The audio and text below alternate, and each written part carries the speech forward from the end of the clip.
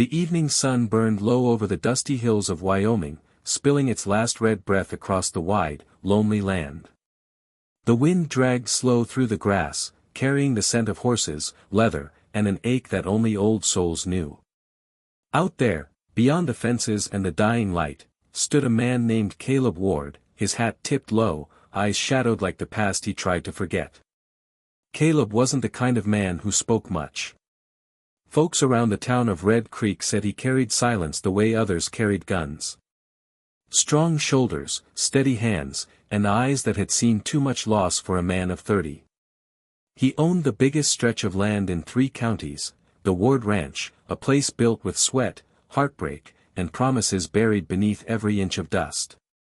That day, Caleb had come to the small auction yard at the edge of town, not for cattle, not for horses, but for something else entirely. The townsfolk had gathered like they always did, curious, whispering. An old wagon stood near the barn doors, and beside it, a thin man with a whiskey voice was shouting names, prices, numbers. But this wasn't an ordinary auction. Inside that wagon sat the orphans, children left behind by sickness, war, and hunger. The church could no longer feed them, so the preacher had decided to let good folks take them in. Some called it kindness. Others called it shame. Caleb leaned against a wooden post, watching as a young boy was taken by a farmer's wife, then a small girl by a baker's family. And then, there she was. A girl of about 16, barefoot, with tangled brown hair and a face that hadn't smiled in years. Her dress was torn at the sleeve, and her eyes, those deep, sea-gray eyes, looked as if they'd forgotten what hope even meant. The crowd murmured. "Too old," someone said. "Too wild," said another. "Ain't no one wants a girl like that." But Caleb's gaze didn't move. His heart gave a slow, painful beat. The auctioneer called out, "Who'll take her?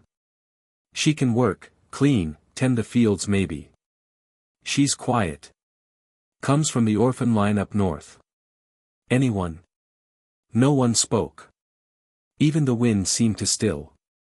And then, Caleb's voice cut through the silence, low, firm, and final.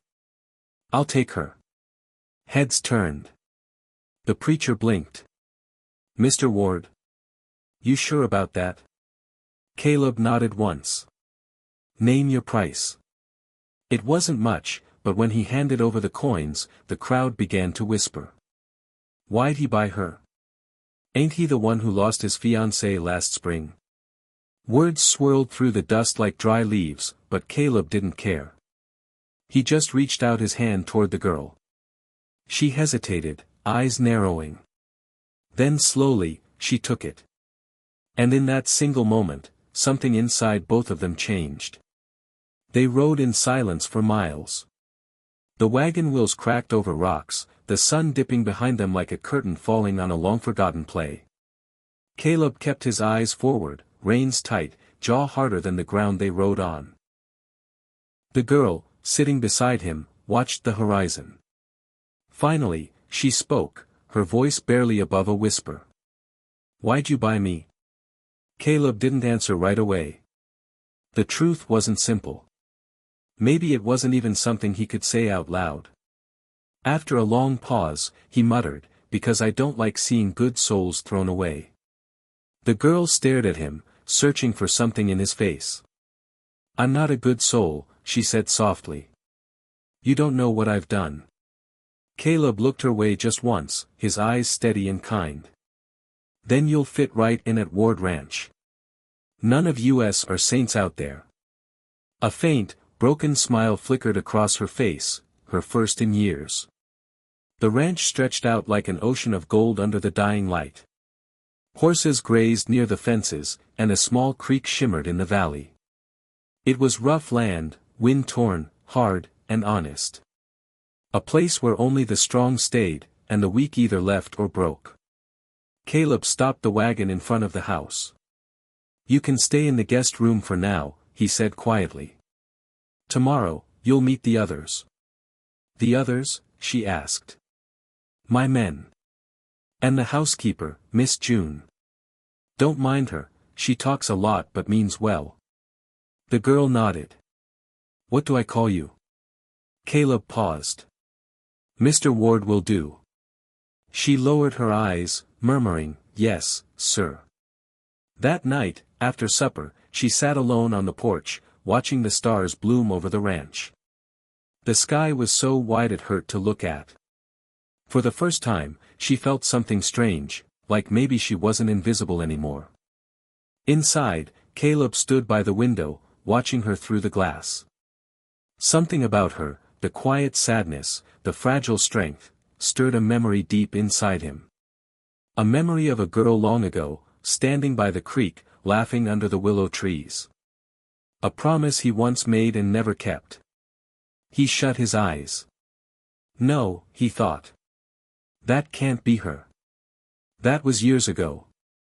But the way she had looked at him back at the auction, it was hauntingly familiar. Days passed. The girl began working around the ranch, feeding the horses, fetching water, cleaning the stalls.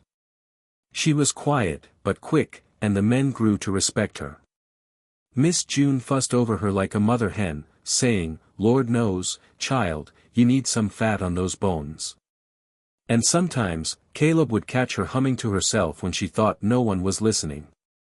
But every night, when the stars came out, she'd sit by the fence, staring north.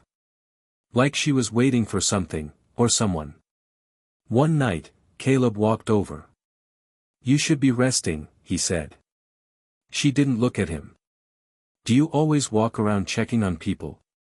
Only the ones who look like they're planning to run. That made her smile faintly. And if I did? Then I'd probably let you, he said, after a pause. But I'd make sure you had a horse and food first. She turned toward him then, her gray eyes catching the moonlight. You're not like other men here, are you? Caleb shrugged. Maybe I just learned not to judge too quick. For a long time, neither of them spoke. Then softly, she asked, Why did you really buy me? He looked at her, the night wind stirring his hair. Maybe because I saw something in you I lost a long time ago. Her throat tightened. And what was that? He looked away toward the stars. Hope. Weeks turned into months. Slowly, she became part of the ranch. The girl who was once unwanted now tended the horses better than anyone. The men called her Little Dove, because of the way she moved, silent but sure. Caleb noticed she smiled more now. Sometimes, she even laughed. But one morning, while cleaning the barn, she found an old photograph on Caleb's desk. It was faded, curled at the edges, but the image was clear enough, a younger Caleb standing beside a girl by the creek, both smiling. The girl looked almost like her. She froze. When Caleb walked in, she turned to him, trembling. Who is this? She asked. Caleb hesitated. That was someone I used to know. She looks like me. He nodded slowly. Yeah, she does. What happened to her? Caleb's eyes darkened. She died. Years ago.